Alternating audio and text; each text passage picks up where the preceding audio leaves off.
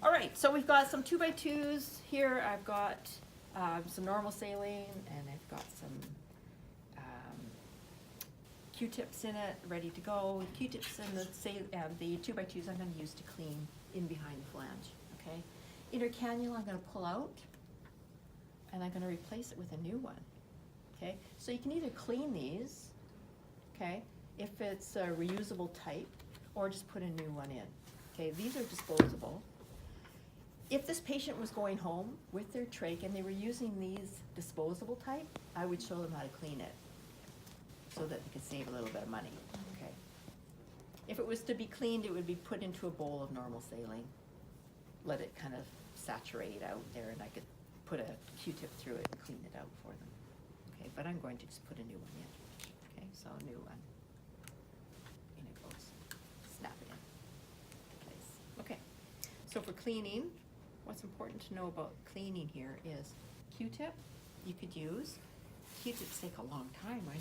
And what you're going to do is you're going to go in as close to the stoma as you can, and you're going to draw it out. Okay, and that gets thrown away. Then you would get another one. Same thing again, you get in as close as you can and pull it back out towards the shoulders. Okay, so it's always from in to out. Now that's going to take me forever to do that. So handy dandy trick is to take a 2x2, roll your Q-tip in it. Okay, saturate that with your normal saline. Okay, stick that underneath, again, starting from the stoma, and work your way out, and it gets a huge amount more of surface area that way. Okay, so I would do a new one each time. So I'm going to go from the other side. I can manipulate this because it's still tied in. It's got the ties on. Get another one. Same thing again from the bottom up, and then from the top and up. And just keep doing that until everything's clean underneath. Okay. Also taking note of where the stoma, where the trach tube is, here, where what's touching the skin. Okay, what ends up happening is you get a whole bunch of secretions right around the tube, and when they cough, the tube's moving back and forth, right? So every time that tube goes in and out, it's actually scratching the sides of their stoma if they've got these secretions adhered to the tube. So you want to really make sure that they've cleaned the tube as well.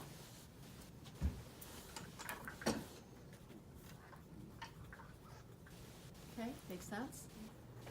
Okay, so you want to really make sure it's all clean. So we're cleaning underneath, cleaning the back side of this flange, and you can pull it out actually a fair amount. The cuff's still up, so it's not going to come out. Okay. Any questions about that part of it?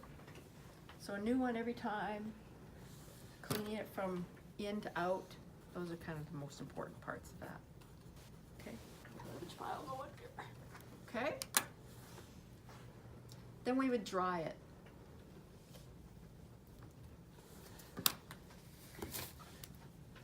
Because I've done dirty stuff. Okay. Oh, darn it. Took an extra glove off. It's doing so well. Okay.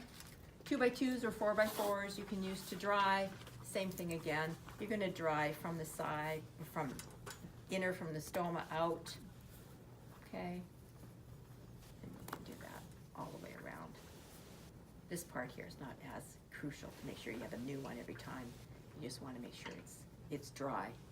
Okay, you don't want to leave it wet.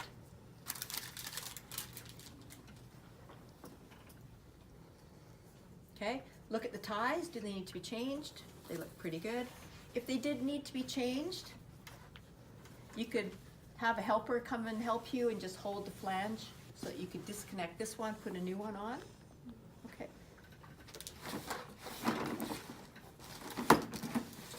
Identify ties. There should be in here. In the baggy marked trach ties. Look at that. Amazing. She's so darned efficient. Oh my goodness. Okay. So I'm by myself. I don't have anyone to help me. No one would come with Heather today. That's fine. And I'll get them later. Okay. So the old tie's still on. Okay. I'm just gonna put on his new one.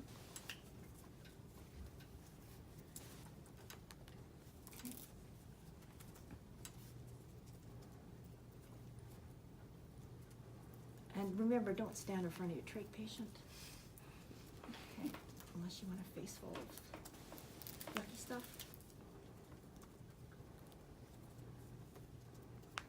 Do you ever just pop the shield on there?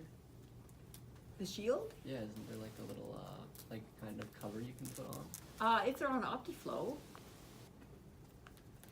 do they have shields? I thought there was just like a little shield you could put over the end that kind of blocks it. Yeah, OptiFlow has one. Oh, okay. Yeah. Okay. Okay, so you are able to do it by yourself. You just have to kind of hold this in while you're going about it. So make sure it's nice and clean. Okay. And then we'll replace with new dressing. Okay. So you can use the tweezers. You should just stuff it up there. If it's really swollen, you will need the tweezers to do it.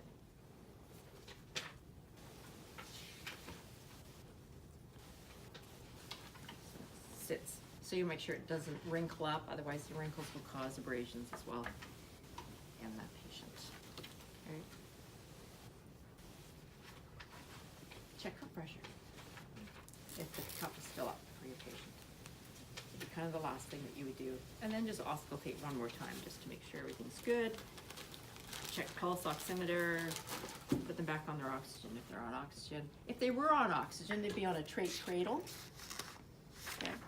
Trach cradle would be over this. So usually you can kind of manipulate the cradle so it's still pointed towards the patient while you're doing trach care.